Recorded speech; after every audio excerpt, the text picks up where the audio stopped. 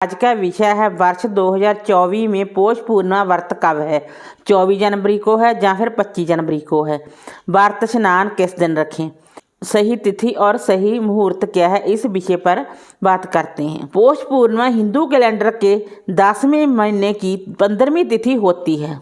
उस दिन व्रत रखा जाता है और माता लक्ष्मी की पूजा करके शाम को चंद्रदेव को अर्घ्य देते हैं। इससे व्यक्ति को 2 बड़े लाभ होते हैं। माँ लक्ष्मी की कृपा से धन और दौलत बढ़ता है, तो चंद्रदेव की कृपा से मानसिक मजबूती बढ़ती है और मन स्थिर रहता है। इस बार पौष पूर्णिमा किस दिन है, 24 जनवरी को है या फिर 25 जनवरी को है। आइए जानते हैं सही तिथि क्या है। यदि पौष पूर्णिमा की तिथि को लेकर कंफ्यूज है तो आपको पंचांग देखना चाहिए। पंचांग के अनुसार पौष पूर्णिमा की तिथि 24 जनवरी को साल 2024 में पौष पूर्णिमा का व्रत 25 जनवरी दिन गुरुवार के दिन रखा जाएगा। पूर्णिमा तिथि शुरू होगी 24 जनवरी रात्रि 9:49 पर। पूर्णिमा तिथि समाप्त होगी 25 जनवरी रात्रि 11:23 पर। स्नान दान का मुहूर्त होगा सुबह 5:26 से सुबह 6:20 तक का। भगवान श्री सत्यनारायण की पूजा का मुहूर्त होगा सुबह 11:13 से 12:33 तक का। चंद्रोदय का समय होगा 5:29 का। पौष पूर्णिमा का स्नान दान सूर्योदय के समय से होता है। उस समय पर पौष पूर्णिमा तिथि होनी चाहिए। वही पौष पूर्णिमा का व्रत उस दिन रखते हैं जिस दिन पूर्णिमा तिथि में चंद्रमा दिखाई देता है। इस आधार पर देखा जाए तो पौष पूर्णिमा का व्रत 25 जनवरी को रखा जाएगा और उस दिन ही आपको स्नान दान करना है। उस दिन आपको शाम के समय में माता लक्ष्मी की पूजा करनी चाहिए और रात में चंद्रमा को अर्घ्य देना चाहिए। पौष पूर्णिमा पर रात्रि 5:29 पर आप चंद्रदेव को अर्घ्य दे सकते हैं। पौष पूर्णिमा पर इन वस्तुओं का जरूर करें दान। पौष पूर्णिमा के दिन तिल, गुड़, कंबल और ऊनी वस्त्रों का दान करना चाहिए। इससे मां लक्ष्मी प्रसन्न होती हैं।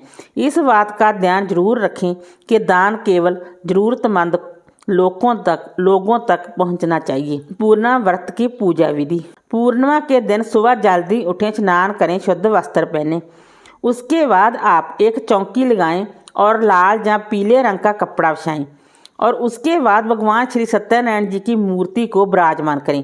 उसके बाद आप कलश की स्थापना करें। कलश के कंठ पर मौली बांधें और कलश में गंगा जल डालकर उसके बाद आप स्वच्छ जल से कंठ तक भरें। कलश में हल्दी, रौड़ी, अक्षत डाल दें। इसके बाद आप 5 पल्लव लगाएं और फिर चावल से भरी कटोरी कलश के ऊपर रखें और उसके बाद आप कलश पर नारियल रखें मौली बांधकर। इसके बाद चावल का आसन देकर भगवान गणेश जी को विराजमान करें।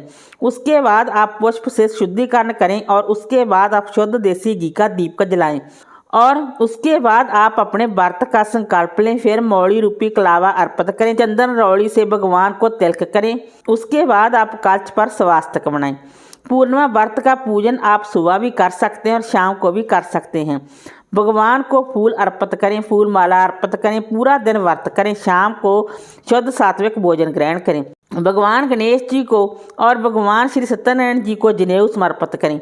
अगर आपके पास जनेऊ नहीं है तो आप कलावा को 7 बार लपेटकर जनेऊ बना सकते हैं। उसके बाद आप आटे को भूनकर केले काटकर भोग प्रसाद बनाएं और भगवान को अर्पित करें। चांद को अर्घ्य देकर उसके बाद आप भोजन ग्रहण करें। तो भगवान गणेश जी के भोग में तुलसी पत्तर नहीं डाला जाता। पंचरामृत रखें, केले का भोग लगाएं, आटे को भूनकर भोग और पंचरामृत जरूर अर्पित करें।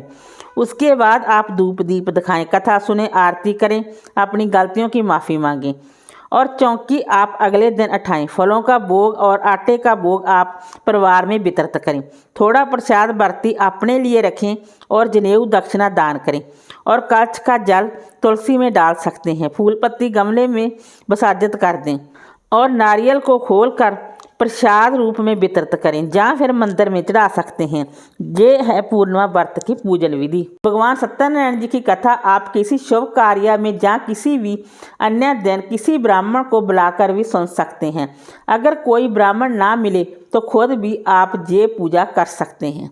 लेकिन अगर आप ये पूजा पूर्णिमा के दिन करें तो बहुत ही शुभ और लाभकारी होता है। वीडियो अच्छी लगी हो तो लाइक कीजिए, शेयर कीजिए, सब्सक्राइब कीजिए। Thanks for watching this video.